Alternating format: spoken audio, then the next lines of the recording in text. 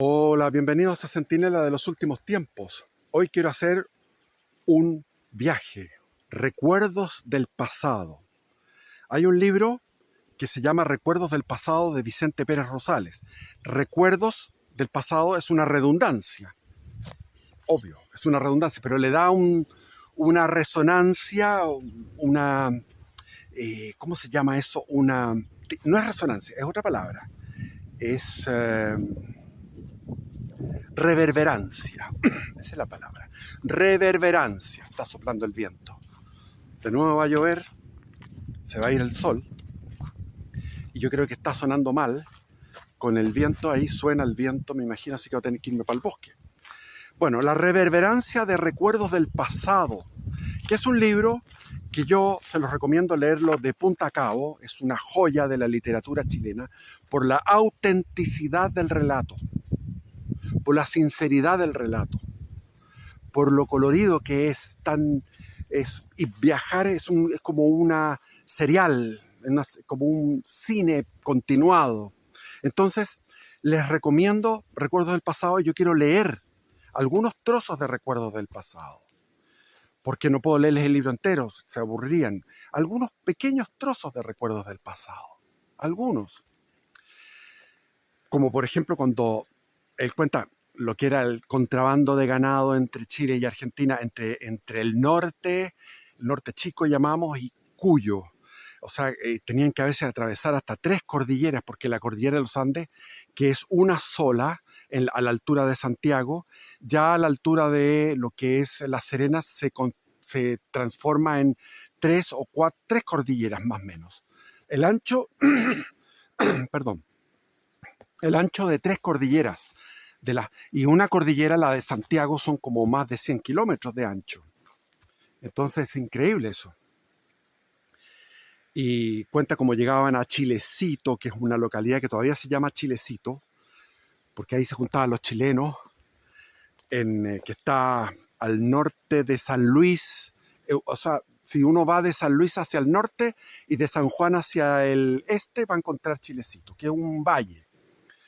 Y después cuenta cómo era la explotación de la plata en Chañarcillo cuando comenzó esa explotación frenética, y después fueron a buscar riqueza al oro, a la fiebre del oro en California.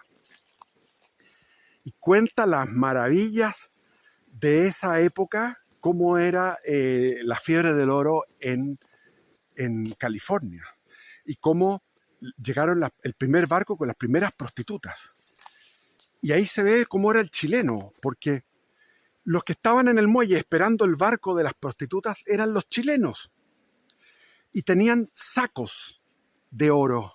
Y tiraban el saco de oro al navío que estaba atracando en ese muelle, en San Francisco, no sé dónde sería, qué parte de California. Y le tiraban una fortuna en oro para poder acceder ellos primero a copular con esas prostitutas. Que es lo que yo he visto cuando fui marinero, cuando fui pescador artesanal, que eso es una tradición que se mantiene entre los chilenos, muy extraña, de dilapidar la plata con prostitutas y con alcohol. Bueno, y ahí estaban los yanquis, que eran anglosajones, protestantes, orgullosos, que habían vencido al ejército mexicano y se habían anexado todo, la mitad de México, todo lo que era Texas, Arizona, Nuevo México, qué sé yo, California mismo. Entonces ellos se sentían orgullosos y trataban a los hispanos con desprecio, y se encontraron con chilenos que no agachaban el moño. ¿Qué es esto? No agachan el moño estos tipos. Y hicieron una sorpresa nocturna con superioridad numérica. Estos anglosajones fortachos, tremendos, atacaron a los chilenos en la noche cuando estaban ellos haciendo un asado, tomando copete y echando la talla. Porque estaban indignados con estos chilenos que eran tan autónomos, tan, como dice la araucana de Ercilla, la gente que produce es tan granada, tan gallarda, soberbia y belicosa, que no ha sido jamás por rey regida, ni extranjero dominio sometida.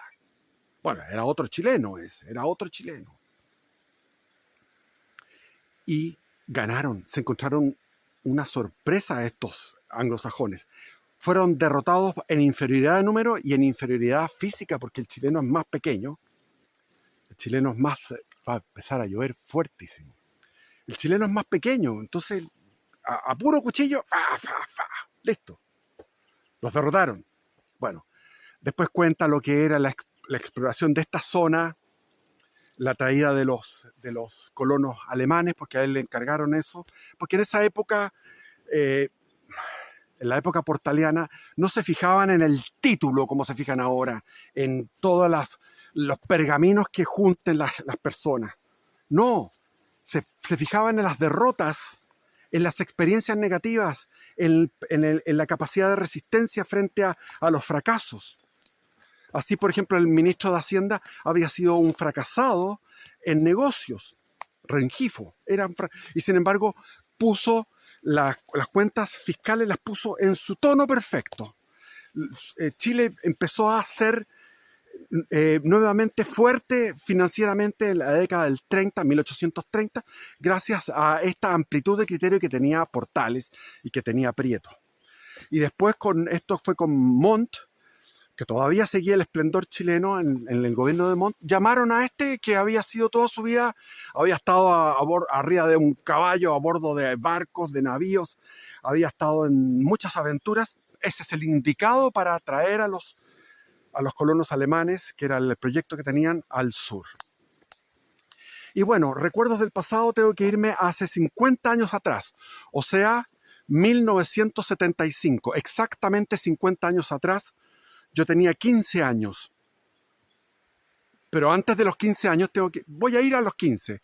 Voy a empezar por lo que fue el 11 de septiembre de 1974, cuando yo cumplía 15 años.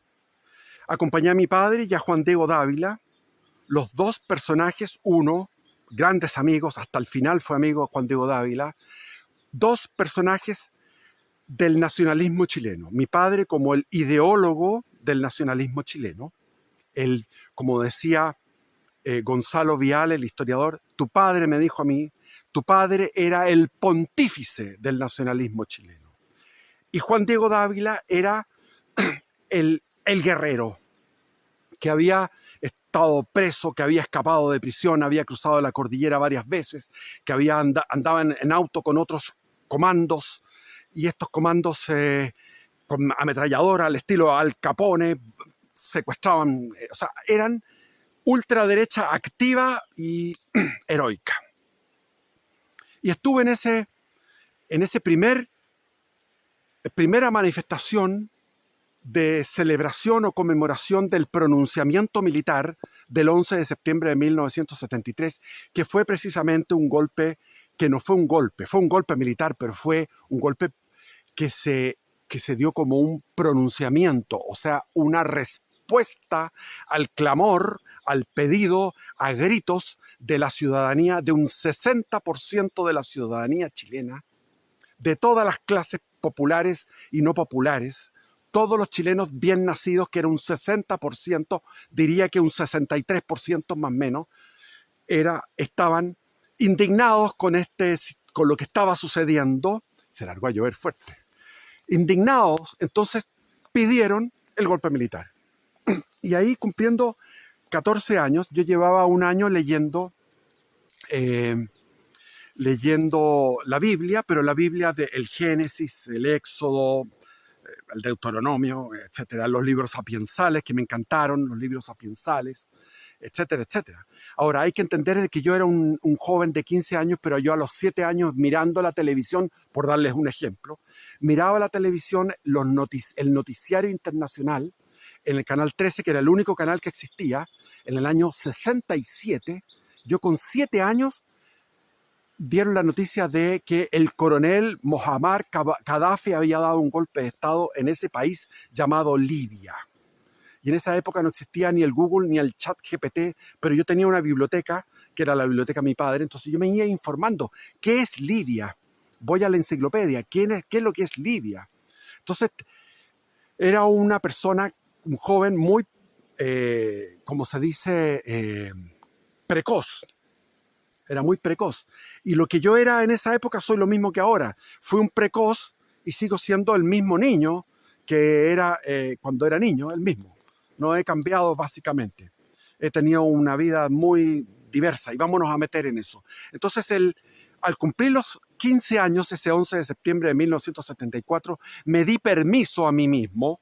Dije, yo ahora tengo 15 años. Por lo tanto, voy a pasar al Nuevo Testamento. Y pasé a leer el Nuevo Testamento. Y cuando estaba en Mateo, llegué al capítulo 5, en el Sermón de la Montaña, me viene un mazazo del Espíritu Santo. Y caigo de rodillas, con lágrimas, con una emoción tremenda, un éxtasis. Dios existe y el enviado de Dios es Jesús, que es de la misma sustancia que el Padre. O sea, estaba repitiendo el credo. Y seguí leyendo el capítulo 5, el Sermón de la Montaña, al día siguiente y volví a caer en éxtasis. Y después volví de nuevo y volví de nuevo. Es decir, los éxtasis se mantuvieron durante por lo menos 2 meses. Finalmente encontré en mi divagar por el centro, porque mi padre me pasaba una mesada y esa mesada yo la administraba religiosamente para ir al cine y comprarme un helado. O sea, me alcanzaba para la micro ida, micro de vuelta, ir al cine, comprar un helado, y eso siempre en el centro, porque el centro de Santiago estaba la vida, no había malls. Chile era un país muy familiar. Uno se encontraba con toda la gente. O sea, si yo digo que me encontré con Pinochet varias veces, es porque era un país familiar. Si me encontré con otros de la izquierda, que los voy a enumerar, también, porque era un país muy familiar. Estaba todo centrado, había menos personas, era la mitad de la población que hay ahora, pero además éramos entrañablemente chilenos. Por ejemplo, uno nunca veía a una persona de ascendencia africana, nunca. O sea, de repente uno en el centro se encontraba, yo recuerdo en mi juventud, encontré a uno solo, en toda mi adolescencia, en el centro de Santiago, a un solo de origen africano, de origen afroamericano, lo que sea. Así era una cosa donde tú veías puros chilenos, 100% chilenos, y una familia chilena éramos. Bueno, entonces, estando en el centro me encontré en una librería de libros viejos usados al lado de la Casa Colorada, que está cerca de la Plaza de Armas. Encontré un libro sobre los ejercicios espirituales prologado por el jesuita Aldunate. Y el prólogo me inspiró y hice los ejercicios espirituales y terminé la primera semana de los ejercicios espirituales con gran dolor por mis pecados, que en esa época no eran nada comparado a los pecados que después tuve. Olvídense, o sea, nada que ver. Bueno, y ahí en ese momento quería hacer una confesión general y me fui al monasterio benedictino. El 24 de diciembre de 1974 me atendió el padre Bernardo, un padre español que se demoró en atenderme para la confesión y se disculpó. Me dijo, discúlpame, pero yo estaba rezando un rosario por la supervivencia del general Francisco Franco.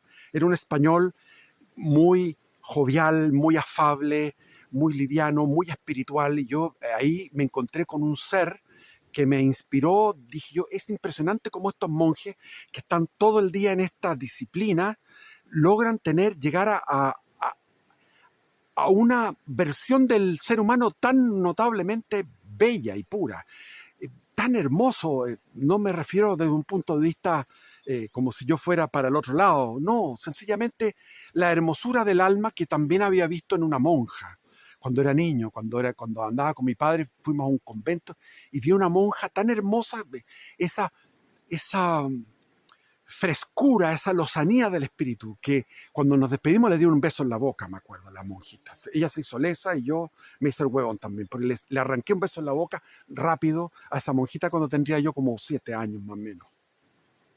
Y aquí hice mi confesión general y él me invitó a hacer un retiro y me fui el 2 de enero a hacer un retiro al monasterio y estuve en el monasterio enero y febrero completo.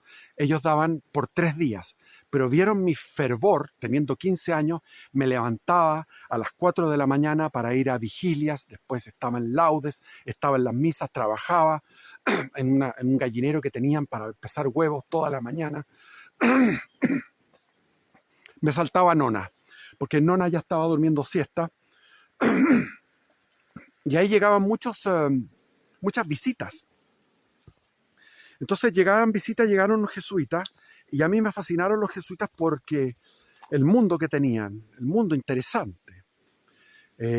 Y llegaron con alumnos del Colegio San Ignacio, etc. Entonces yo dije, esto es fascinante.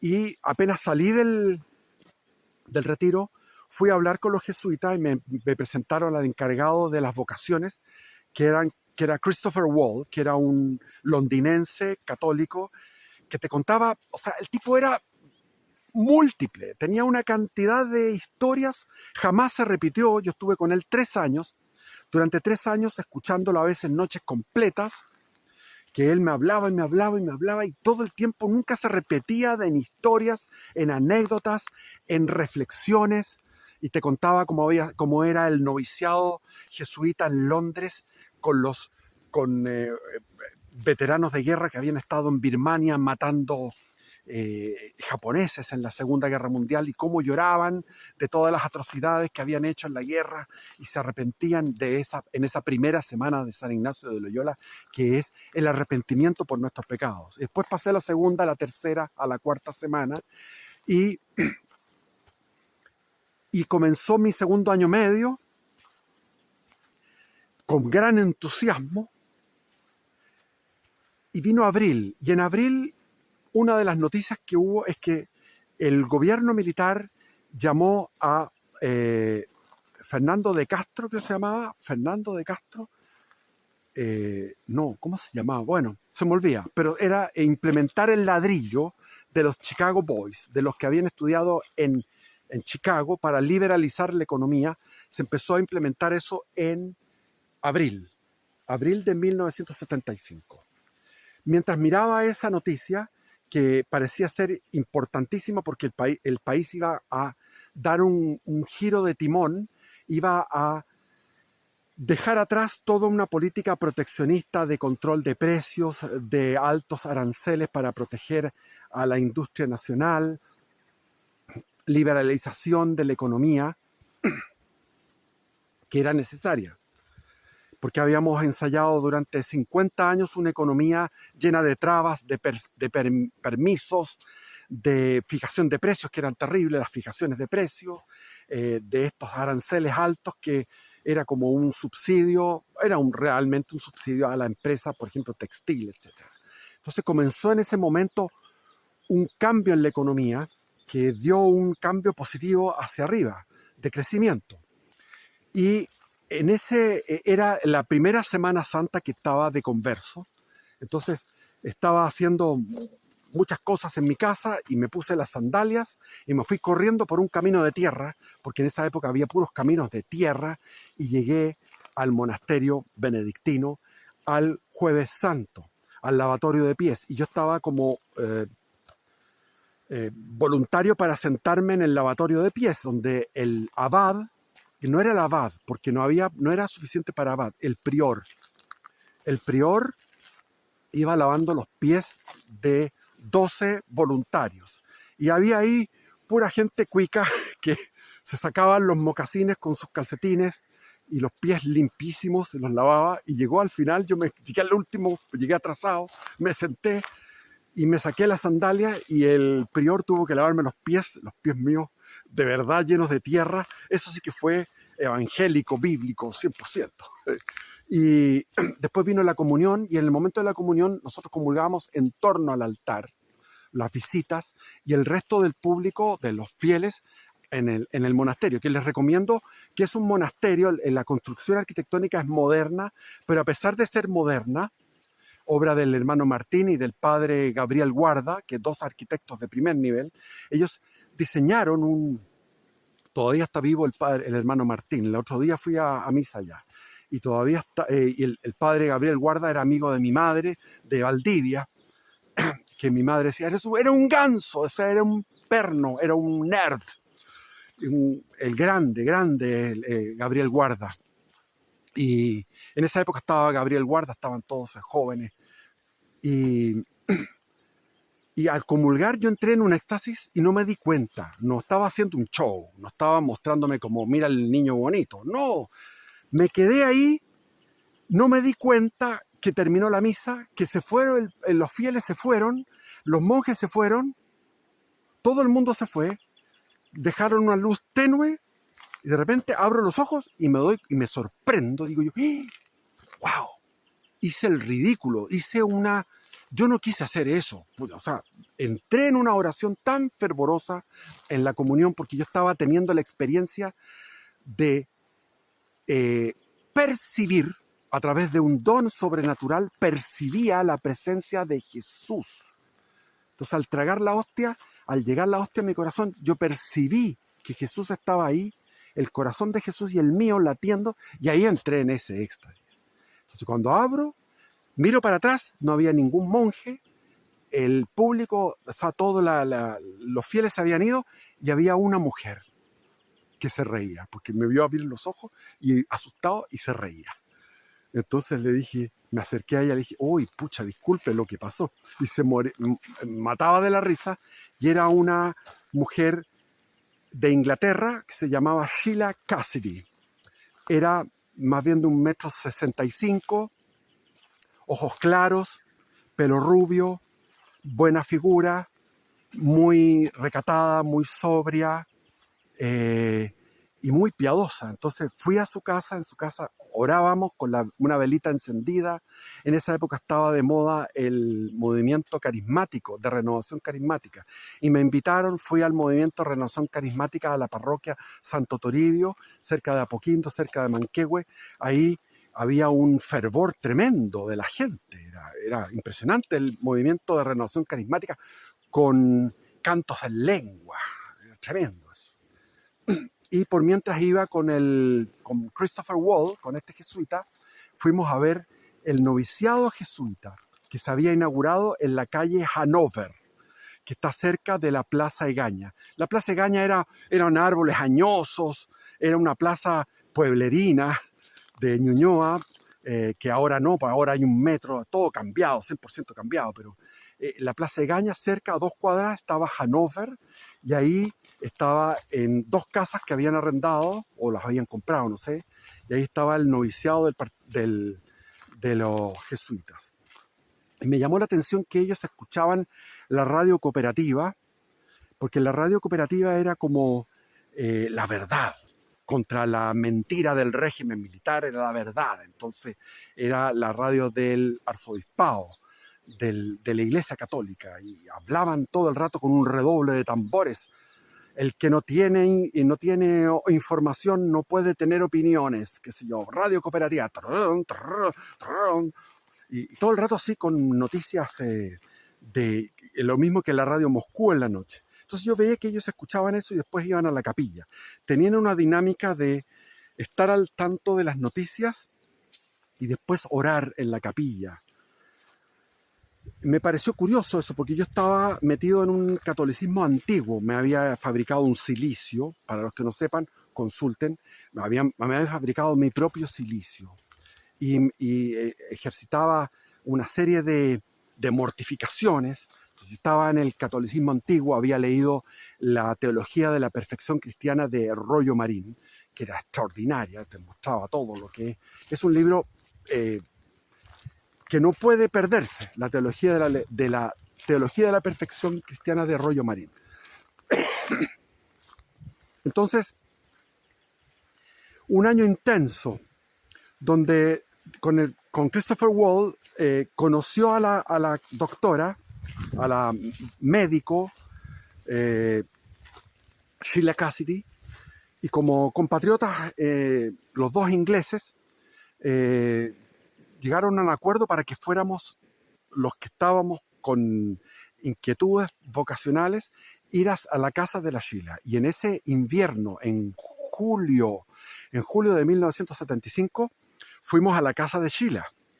Un grupo de unos 10 durmiendo en la casa. La Sheila, me acuerdo que tenía que comer cada 4 horas, tenía un problema.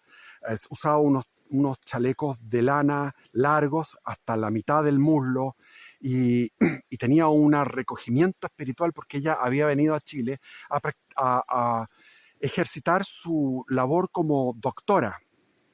Y como doctora, como médico, ejercía gratuitamente y hacía de buena samaritana en un país subdesarrollado, como era Chile, como sigue siendo, lamentablemente. Y ella, después de estar en esta etapa en Chile, que quería por unos 5 años más, quería irse a un monasterio a tener una vida de retiro. Ese era su proyecto vital. Y era tan generosa que nos dio la casa, que estaba a una cuadra del Parque Bustamante en Bilbao. Y ahí teníamos oraciones grupales estupendas, 100% estupendo todo eso. ¿Qué pasó? Que en esa época el movimiento de izquierda revolucionario, el MIR, el 5 de octubre del año 74 había muerto el jefe, que era Miguel Enríquez. Le habían disparado una columna de la DINA, que era del brigadier Krasnov. Y quedó como segundo de a bordo Andrés Pascal Allende, que era sobrino de Salvador Allende. Y estaba el Nelson Gutiérrez, que le llamaban cabeza pistola, que era como el más agresivo, el más guerrillero. Y vieron una casa de seguridad donde estaban viviendo los miristas en Mayoco. Y llegó la DINA, cercó Mayoco y ellos rompieron el cerco a balazo, espectacular, a puro balazo. Y ahí Gutiérrez fue herido en el muslo. ¿Y qué pasaba? Que existía una congregación que era el Holy Cross, que es los que habían fundado el colegio St. George. Mi hermano estudiaba en el St. George y me contaba que metían, en la época de la Unión Popular, metían gente de los campamentos. Lo que era una cosa bien intencionada, pero no les resultaba. O sea, el Holy Cross no les resultaba como a los jesuitas. Yo estudié en el colegio de los jesuitas en Alonso Valle y había mi curso, y todos los cursos eran así. Había un tercio que eran del Barrio Alto, que eran hijos de antiguos estudiantes. Entonces, del Barrio Alto había un tercio. Otro tercio era de clase media del centro, de las zonas del Club Hípico, de Estación Central, de centro-centro. Y después había un tercio de becados pobres. Pero jamás, no les puedo decir que hubo algún momento un problema de clasismo. Nada. Es decir, los jesuitas trabajaban ese tema de una manera que no era verbal, porque nunca nos hablaron de eso, porque era una realidad que no existía. No existía. Sin embargo, en el St. George, los georgianos eran todos, hasta el día de hoy, yo no sé cómo sea hasta el día de hoy, pero por lo menos hasta los años 2000, son unos tipos arrogantes, creídos. El St. George son creídos igual que los del Grange. Y estos de los Holy Cross, que andaban escondiendo armas y escondiendo a miristas, porque eran de ultra izquierda. Por eso que no les resultó. Pero los jesuitas, la mayoría eran demócratas cristianos. Se habla que los jesuitas eran de izquierda, no, eran demócratas cristianos la mayoría. Y había una minoría de izquierda que eran muy aparatosos. Y había un sector de jesuitas que todavía existía, como el padre Mauricio Riesco, que eran santos. O sea, había unos sacerdotes que eran verdaderos, de sotana, a la antigua usanza, como era la antigua Compañía de Jesús. O sea, todavía quedaban jesuitas antiguos. Un saldo de jesuitas antiguos. Después venía la generación del 60, eran todos de la generación del 60, de la misma edad que era el Papa Francisco, que fue una generación que rompió con todo. Fue una generación revolucionaria. en todos los sentidos, dentro de la iglesia, fuera de la iglesia, en todas partes. Mayo del 68, la toma de la Universidad Católica en el 1967. O sea, nosotros fuimos pioneros en todo eso. Fuimos pioneros con la toma de la Universidad Católica, con Miguel Ángel Solar, que era el líder, con Mariano Puga, un cura comunista como Rafael Maroto, un cura del MIR, el otro cura, Miguel, el cardenal Raúl Silva Enríquez, colocado por un infiltrado en la curia romana que estaba encargado de la colocación del nombramiento de los obispos, que era de la alta masonería. ¿Cómo se llamaba ese? Se me olvida. Pero bueno, entonces había una infiltración en la iglesia, clarísima, y había no solamente una infiltración, por eso cuando uno dice, el demonio dice esto, no, los hombres hacen esto, nosotros le hacemos al demonio el trabajo. Entonces muchos clérigos siguieron la idea de Karl Rahner, por ejemplo. Karl Rahner era un tipo que te había mezclado, se decía neotomista, pero el experto en tomismo a nivel mundial, que era el padre Lira, el padre Lira chileno, decía, estos son más neo que tomistas, porque ocupaban a Santo Tomás de Aquino como ocupaban las escrituras para su antojo, porque eran deconstructivistas, o sea, deconstruían la verdad y ya decían no existe el infierno, no existe el cielo, no existe, o sea, Jesús era alguien que encontró esa mente crística, un Cristo total que está en el área, o sea, en el espíritu absoluto de Hegel, y el hombre es como arrojado, como lo decía Heidegger. Entonces era una mezcla de Kant, Hegel, Heidegger y Santo Tomás bueno, era una novedad, y todos le hacían una reverencia a Karl Rahner. Entonces me hablaban de Karl Rahner, yo no lo he leído nunca. Karl Rahner no lo he leído nunca, pero andaban todos con el Karl Rahner. Entonces, el Gutiérrez se contactó con los Holy Cross. Los Holy Cross se contactaron con Sheila Cassidy, y Sheila Cassidy, como doctora, fue y atendió, le dio, porque no podía llegar a un hospital. Si llegaba a un hospital, lo tomaban y lo llevaban a la sala de tortura, como correspondía, para obtener información. Entonces, lo tomaron porque estaban diciendo, los jesuitas decían, no, es que aquí no hay debido proceso.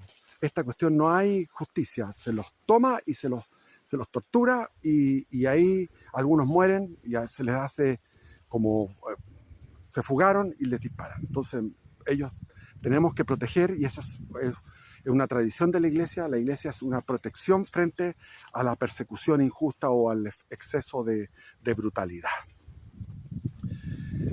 Y la atendió la Chila, lo curó.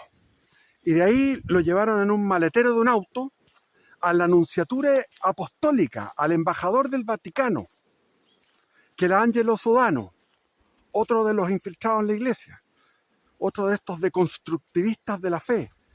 Y ahí salió del país Nelson Gutiérrez. Se quedó en la clandestinidad Andrés Pascal Allende con 3.000 militantes, de los cuales ya habían muerto y terminaron de morir unos 500 y algo. Porque el MIR sufrió el peso del 90% de la represión, en el sentido de que la represión era, el gobierno militar hacía represión contra los que estaban armados y tenían una política bélica, de guerrillas, de terrorismo. Había algunas veces que era como guerrilla, otras veces era como terrorismo. Terrorismo cuando buscan hacer un punto político con víctimas inocentes. Lo otro era guerrilla cuando moría alguna víctima inocente, como un daño colateral, que dice. Pero de todas maneras habían sido terroristas y guerrilleros. Y ahí fue la DINA a buscar, porque tuvieron la información de que Nelson Gutiérrez estaba con Sheila Cassidy, pero una información atrasada. Entonces fueron la DINA, con unos jóvenes, porque yo no encuentro por qué estos tenientes del ejército usaban unos jóvenes que eran unos jóvenes inexpertos. Eran cabros de 18 años, no más que eso. Entonces estos jóvenes vieron que la Sheila se fue donde los columbanos, que estaba ahí en Providencia, a 3 cuadras de donde ella vivía, y estaban en oración con una monjita arriba. Los padres columbanos estaban abajo, en el living comedor de la casa, y golpea, y la empleada de estos padres abre la puerta y pega un grito, porque los vio con una ametralladora, y se pegó un tremendo grito. Y en ese momento estos tipos disparan la ametralladora y matan a la empleada doméstica y empiezan a disparar para todos lados. Los padres tienen que refugiarse, se esconden, se salen arrancando y finalmente van y suben y encuentran a la Sheila y se la llevan. Y se la llevan a Tres Álamos, a un centro de reclusión femenino y de tortura. Y ahí la meten en la parrilla, le hacen electricidad para obtener información. Es decir, la DINA andaba como un ciego, pegando golpes como sea, así, dando golpes, patadas, para obtener información. Eso indica que la infiltración no había sido un trabajo. Eso indica que como el ejército, la marina, la aviación y el carabinero se vieron forzados a un pronunciamiento el 11 de septiembre del 73, no tenían un trabajo de infiltración. Había, como por ejemplo el Guatón Romo, que era un dirigente poblacional del MIR, y ese sopló a muchos. Entonces el Guatón Romo con la flaca Alejandra, que era una que tomaron, la torturaron, y la flaca Alejandra, había uno de la DINA que se hizo amigo de ella y después se hizo amante de ella, y así por la buena la conquistó para el lado de la DINA, y ella andaba en un auto incógnito por Santiago y decía ese, y lo agarraban. Ella iba viendo todos los que habían pertenecido, los que eran sus correligionarios del MIR, la flaca Alejandra. Y el Guatón Romo, que mató, es responsable de varios centenares de víctimas. Cuando fue su funeral, yo lo vi el año 2003, por ahí, no me acuerdo, 2005, 2006, por ahí. Y me impresionó porque no fue ningún familiar a despedir al Guatón Romo. Ningún familiar, ni uno. O sea, estaban nada más que, había 2 funcionarios del cementerio general con la tumba, no había ni un sacerdote, no había nada. Terrible, terrible. Eso me indica a mí cómo la gente se fue desligando de ese periodo y traicionando a los tenientes que estaban a cargo de eso, como era el teniente Krasnov, que estaban con muy pocos medios porque no tenían buena infiltración. Como les digo, había 1, 2, 3, no más. No había infiltración real. Entonces daban manotazos de ciego.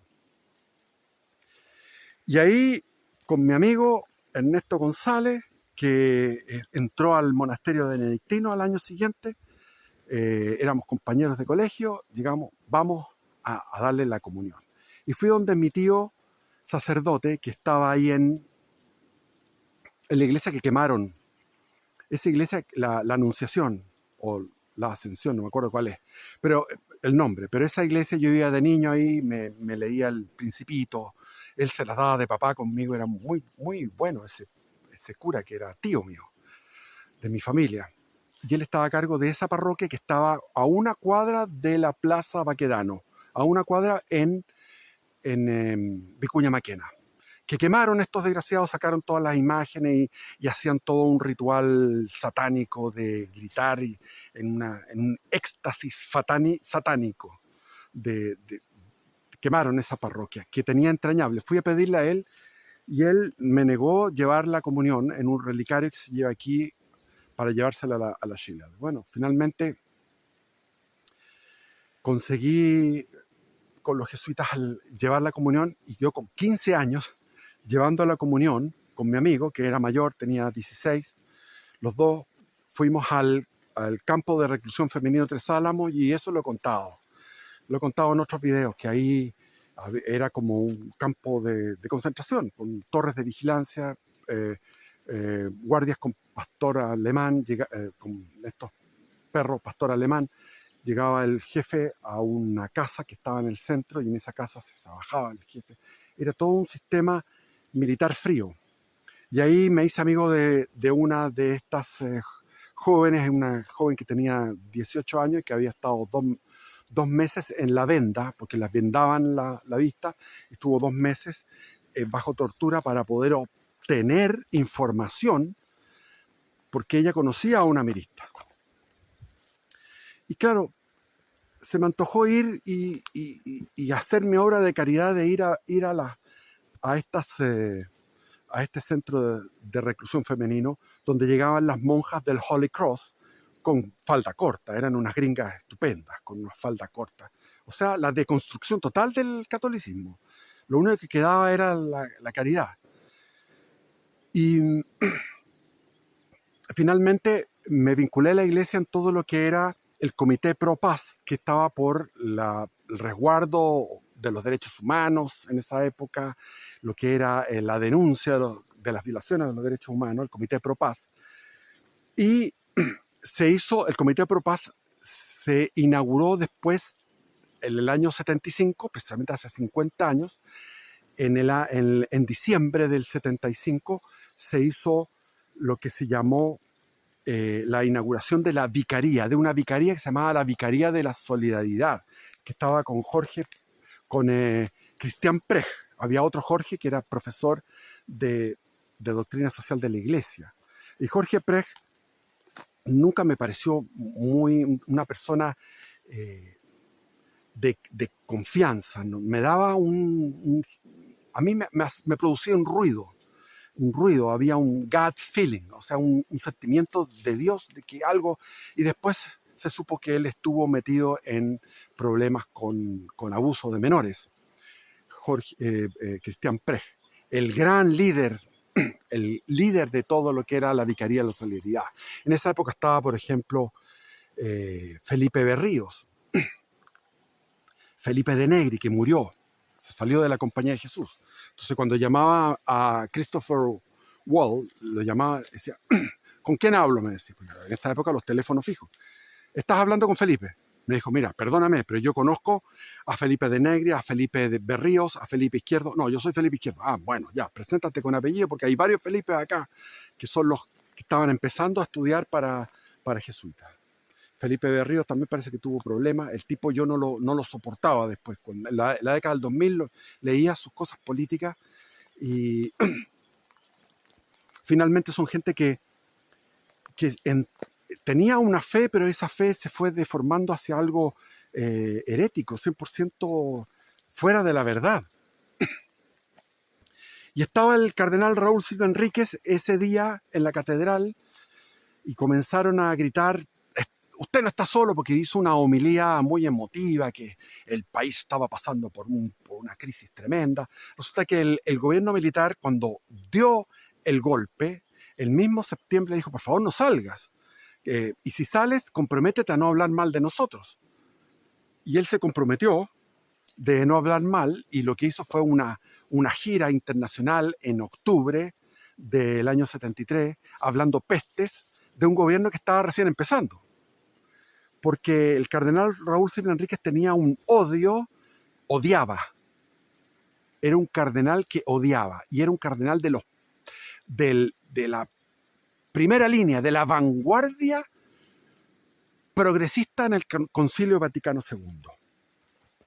Progresista, o sea, él estaba entre los más, que lo había nombrado este cardenal famoso, que se me olvida el nombre, pero este cardenal que se dedicaba, tenía el dicasterio de o sea, hay como ministerios en el Vaticano, y este tenía el ministerio del nombramiento de los obispos, y nombró un montón de obispos comunistas. Entonces hay un libro que se llama El Rin desemboca en el Tíber, es decir, ahí hay un lobo marino.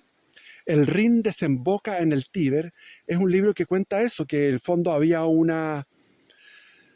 una... ahí está, maravilloso. Ahí, vengan para acá, huevones. Huevón, ahí está, se ve. Ven para acá, huevón. Estupendo, estupendo. Estupendo, otra vez. Esto viene a comer salmoncitos. Entonces, en el concilio, ahí va a aparecer de nuevo.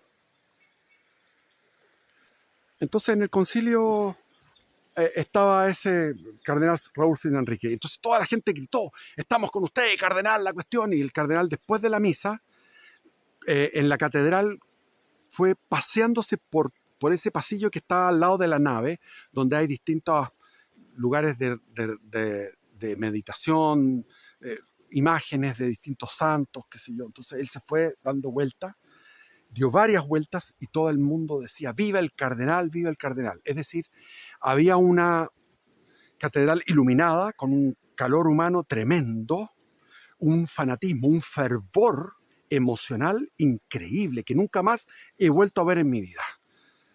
¿Cómo estaba esa gente delirante con la figura del cardenal, el cardenal serio, con su báculo? Y pasaba de nuevo. Y digo, ¿por qué se dio vuelta tantas veces? Vuelta.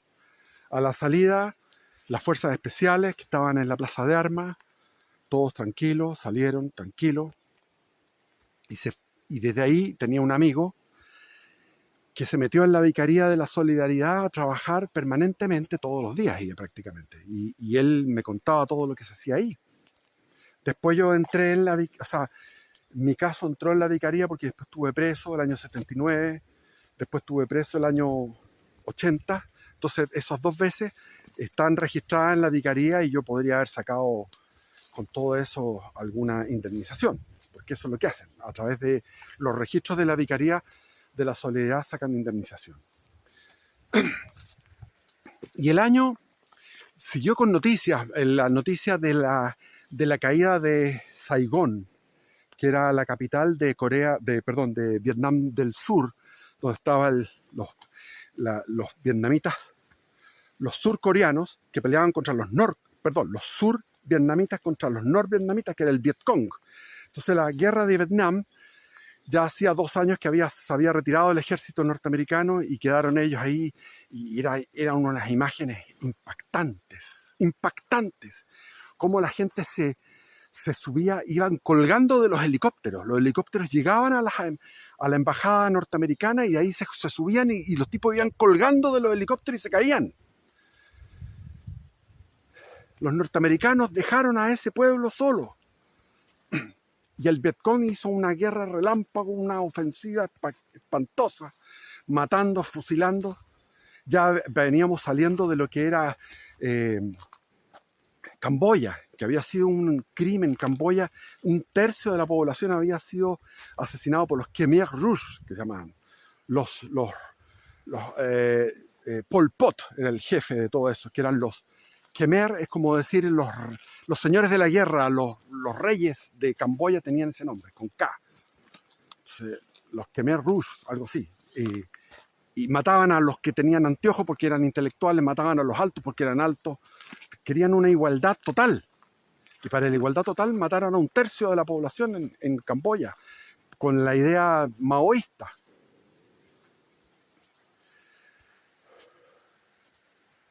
Y había muerto Francisco Franco el 20 de noviembre de ese año, había muerto Francisco Franco. Y España, el que tenía la voz cantante era el rey Juan Carlos, el Borbón que no hay ningún rey Borbón. O sea, es una dinastía maldita los Borbones. No hay ni un solo rey que valga la pena. Felipe V, el otro el Fernando, estaban pensando en ser reyes de Francia más que en España, menospreciaban España. Después Carlos III, gran administrador, pero expulsó a la Compañía de Jesús, que la Compañía de Jesús de esa época era otra.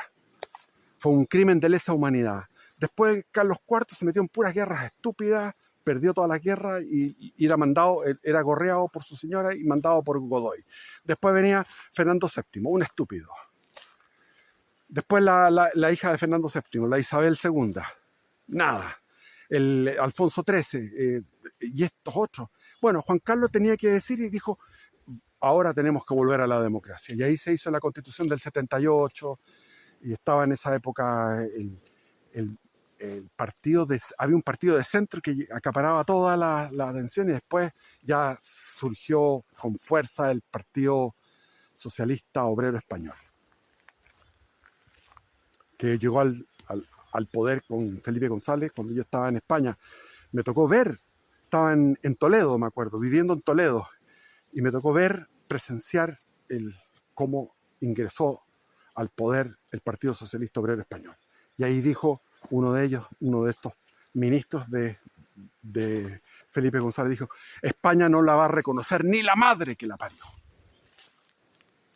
Y así está España. Bueno,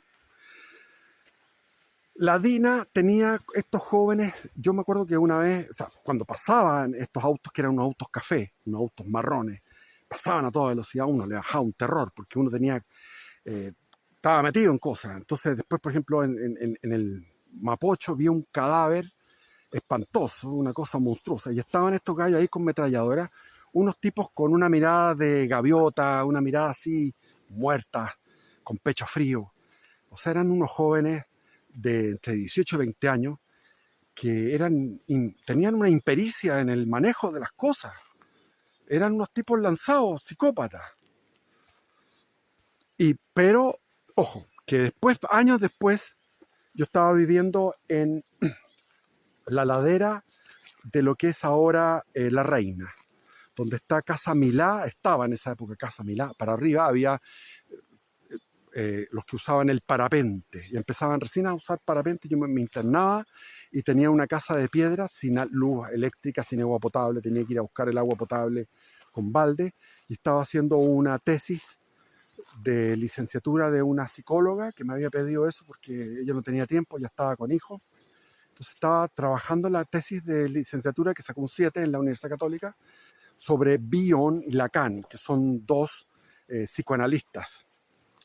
Y en ese momento llegó la CNI, que tienen toda la acumulación de información, porque alguien le había soplado de que yo era un tipo extraño, alguien de los que están en la última fila de la ciudad, que son en La Reina Alto. Uno va por una calle ahí, no me acuerdo cómo se llama esa calle, y ahí en las últimas casas. Yo estaba más arriba, 500 metros más arriba. Desde ahí miraba toda la ciudad y miraba las jornadas de protesta como con brochazos iban apagándose las distintas comunas hasta llegar a una oscuridad total, y desde ahí escuchaba ¿cómo se llamaba esa? Se me olvidan los nombres porque no los recuerdo, o sea, son recuerdos que nunca los utilizo. La población, Lo Hermida. ¿Cómo Lo Hermida era de luchadora, hombre, por favor? Y aquí hay un gallo que trabaja conmigo, que el tipo vivió, es un campesino de acá que vivió en Lo Hermida mientras estudiaba. Olvídense, la cantidad de adoctrinamiento que tiene el hombre. Tremendo. Y llegó la CNI, me pusieron boca al suelo, con ametralladora aquí en la cabeza. Yo les voy a decir, no sentí miedo. La verdad, no sentí miedo. Sentí sorpresa, obviamente, te llegan a ver estos gallos. Bueno. Y ahí andaba un tipo con un walkie-talkie, ahí, con un walkie. Oye, este gallo, el carnet de identidad, toda la cuestión, este gallo, el que está aquí, bla, bla, bla.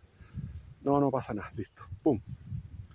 No pasó nada. Es decir, había un trabajo selectivo, porque si llaman a la central de la CNI y ven que yo estaba, digamos que tenía antecedentes desde los 15 años, y en ese momento tenía 25 años, habían pasado 10 años, era el año 85, 86, no, verano del 86, entonces, bueno, o 87, bueno, había pasado mucho tiempo, más de 10 años. Yo tenía antecedentes, había estado preso. Pero no, este gallo no, listo. O sea, ese de los comienzos, que era pegar manotazos, ya no estaba dándose eso.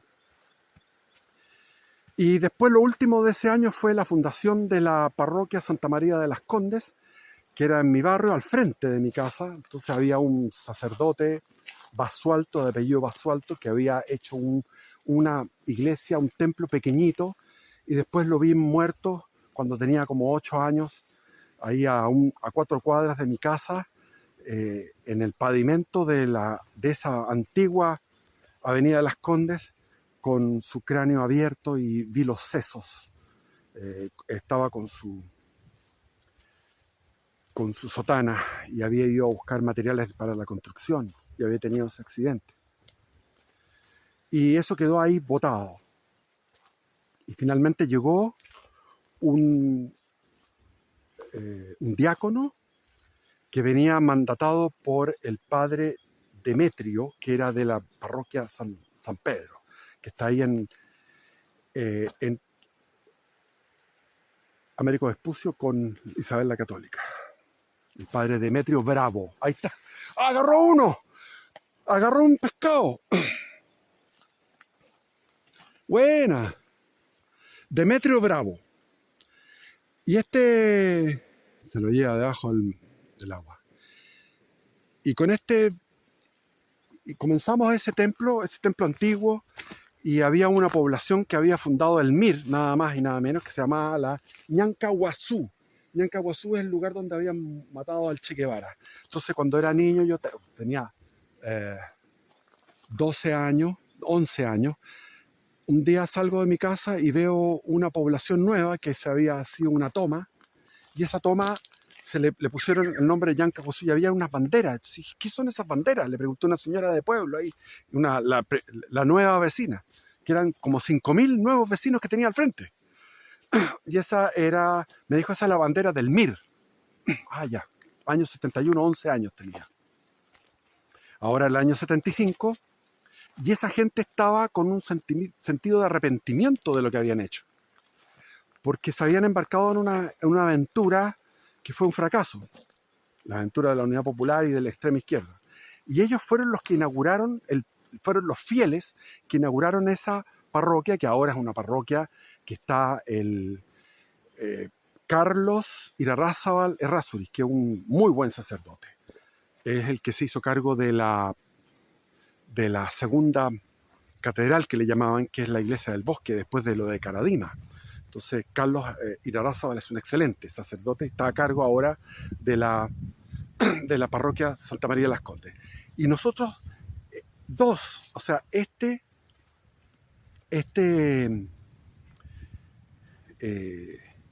diácono y yo hicimos todo lo que fue lanzar esta parroquia.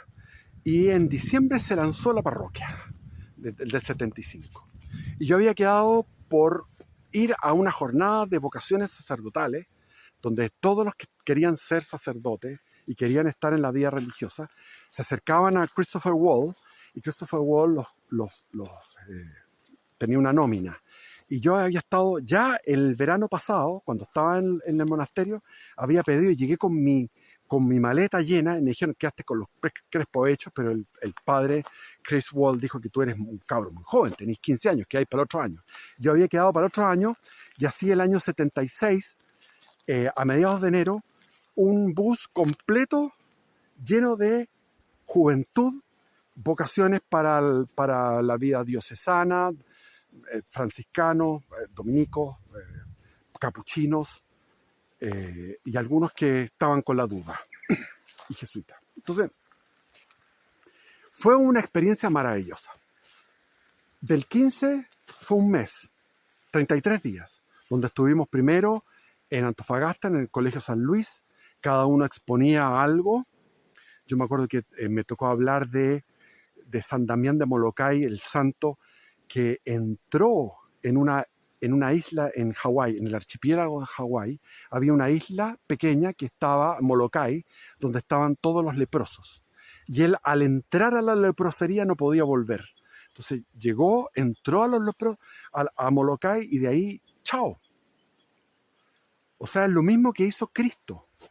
Cristo, Dios, se encarnó en un ser humano y ya no podía volver para atrás.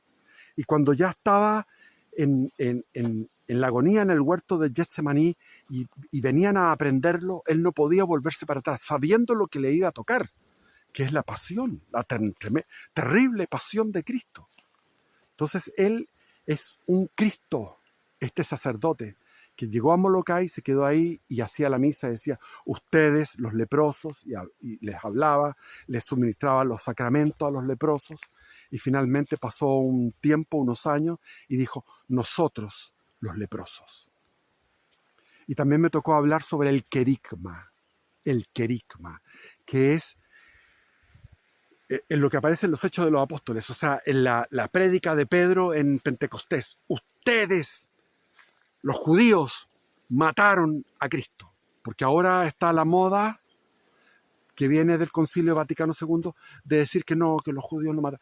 Si la Virgen María es madre de Dios, los judíos, no todos, sino que un porcentaje abrumador, un porcentaje mayoritario de la nación judía, es responsable jurídicamente del juicio más injusto de la historia de la humanidad, que es el juicio a Cristo. Por eso que la asamblea que condenó a Cristo es una asamblea donde estaban los jefes de los sumos sacerdotes, los pontífices de la religión judía, y hasta el día de hoy la religión judía es la única religión que rechaza por completo a Cristo.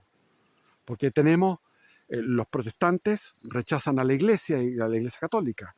Los ortodoxos tienen sus diferencias con los católicos.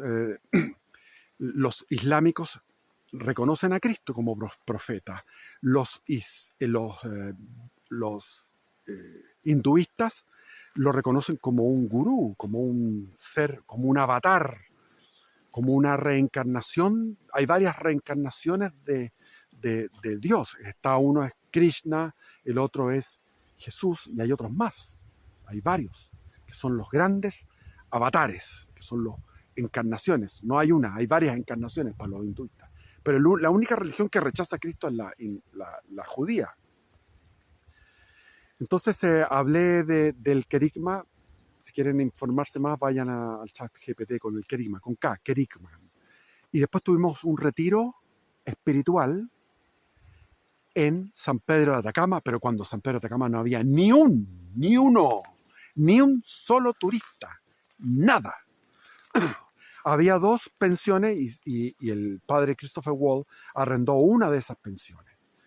Tomamos una pensión que estaba mojada, todo mojado, porque había llovido. Nunca llovía, había 10 años que no llovía, y había llovido torrencialmente. Cuando pasamos por el Valle de la Luna estaba lloviendo torrencial. Tuvimos que secar los colchones, etc. Como les digo, no había ni un turista. Estábamos con el padre Lepech, que era un modernista al estilo Teilhard de Chardin, que yo me fui a confesar con él y me dijo, no existe el pecado, no existe... Y me empezó a hablar de su teoría, de la teoría de la evolución, que Cristo no vino a salvar las almas, sino que Cristo vino a sublimar, a elevar a la especie humana. Y lo acompañábamos en la camioneta, con el viento en contra arriba de la camioneta, ahí, y en cada viaje encontraba siempre objetos arqueológicos. Tenía todo tirado ahí, que cualquiera podía llegar y robarlo. Y el padre Lepech hacía sus misas en latín, en griego, qué sé yo, y después hablaba distintos idiomas y se pegaba unos ayunos espectaculares. Fue maravilloso. Estábamos ahí en esa iglesia que es de 1557, seca. La sequedad que se respira ahí, con la madera, el adobe. 1557, y la casa de Pedro de Valdivia de 1540, antes de llegar a fundar Santiago, en el camino hacia Chile. Ahí hizo una casa que está al frente. Y entonces llegaban los atacameños cantándole a la Virgen. Era espectacular, una cosa preciosa. Y de ahí nos fuimos a Arica, y de Arica pasamos a Tacna, y en Arica ya fue el culmen del gozo. Y de ahí ya sigue el año 76. Ya, he hablado harto. Bendiciones. Quería hablar. Bendiciones, viva Cristo Rey. A ver si alguno me comenta del lobo marinas porque vio el video completo. Espero que alguno lo disfrute.